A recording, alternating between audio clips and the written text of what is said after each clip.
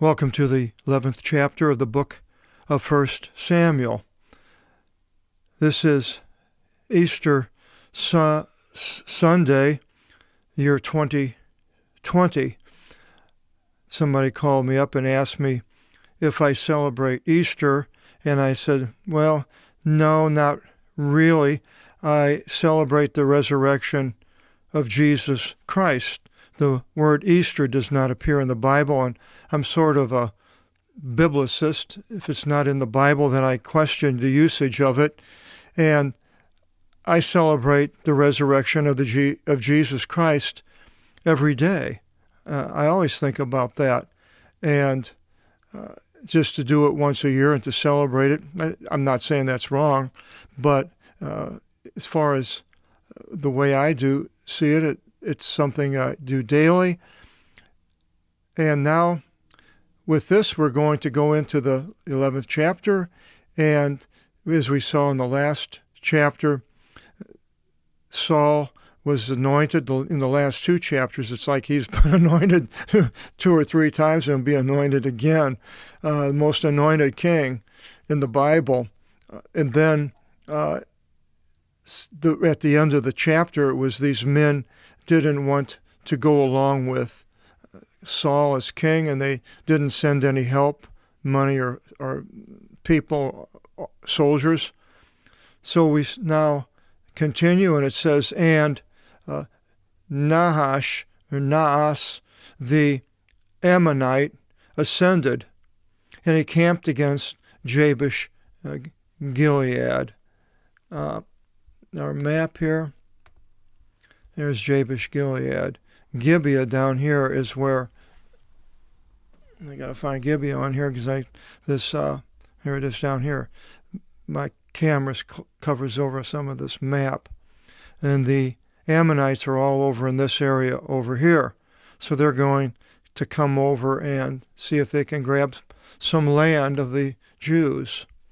And all the men of Jabesh said to Naas the Ammonite, ordain with us a covenant, and we will serve to you. So they were worrying about being taken over by Nahash and the Ammonite army. So let's just make a covenant and we'll serve to you. It was a simple solution. And Nahash the Ammonite said to them, well, by this I will ordain with you a covenant. In the gouging out the right eye of you all, and I will make it for scorn upon all Israel. Well, yikes, that's horrible. Everybody has to gouge out their right eye. That's what this man wanted. These people are really cruel, but cruel in this period of time also. I see it on the news and it makes me shudder. And the men of Jabesh spoke to him, saying, well, spare us 7 days, and we will send messengers unto every border of Israel. Angelus, an angel, is a godly messenger. Angelus, a human messenger.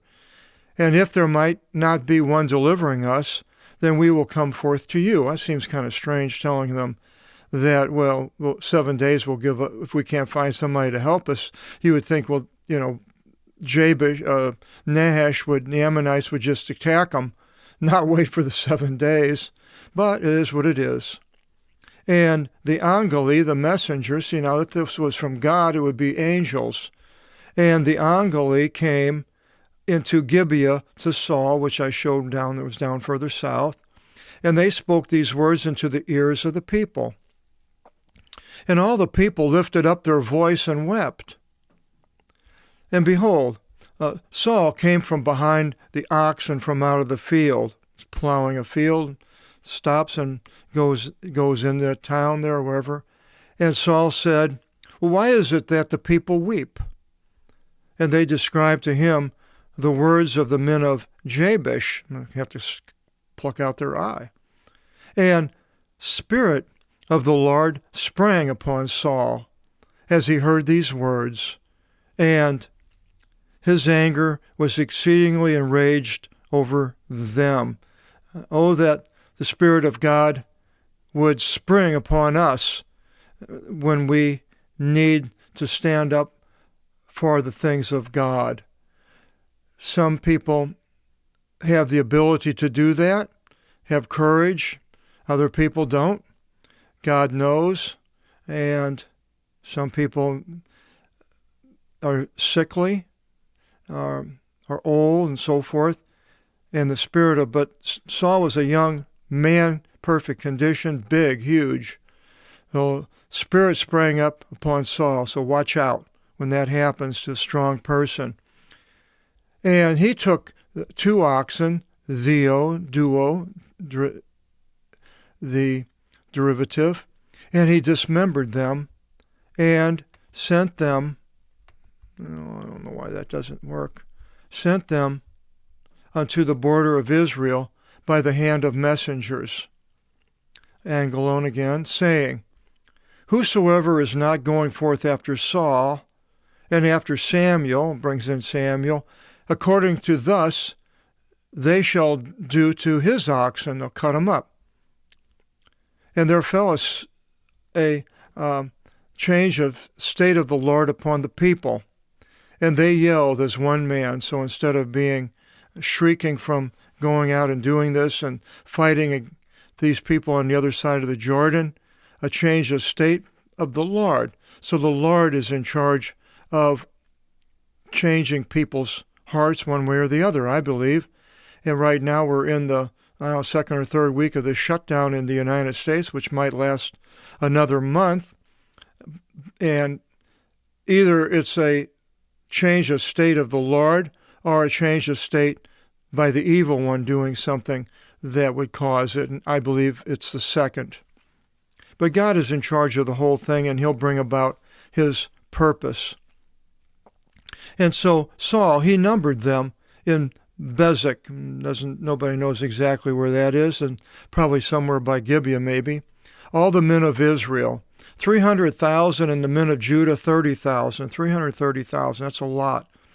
And he said to the messengers, the angeles coming, thus you shall say to the men of Jabesh Gilead, Andrasine, android, comes from that word, manly. Tomorrow there will be deliverance to you at the warming through of the sun. Eliu, helium, comes from that word. And the messengers, the angeli, came into the city, Jabesh, and they reported to the men of Jabesh, and they were glad. We're going to have help. And the men of Jabesh said to Nahash the Ammonite, well, tomorrow we shall come forth to you, and you shall do to us what is good before you.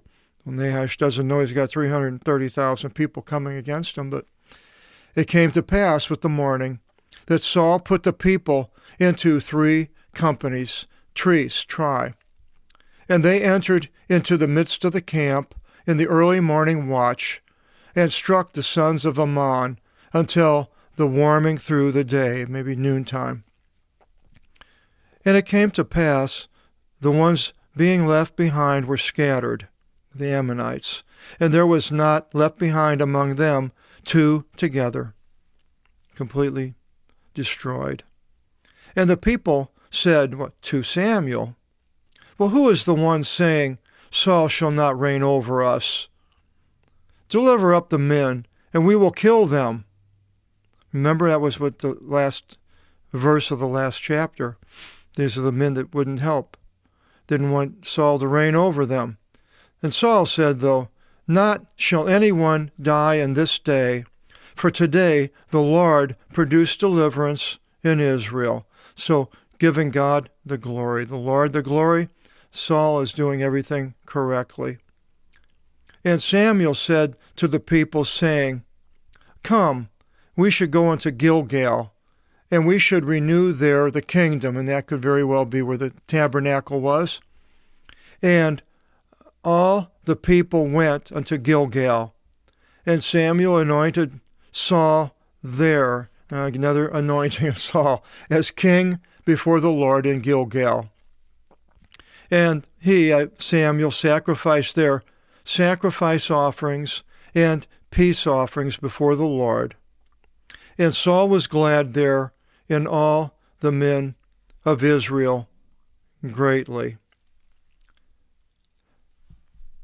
Chapter 12, Samuel's discourse. So Samuel goes into his discourse. It's on a king and reigning over them. We'll find out what that's all about in our next video. And again, I hope you'll join us and can continue with the book of 1 Samuel. Till then, God bless.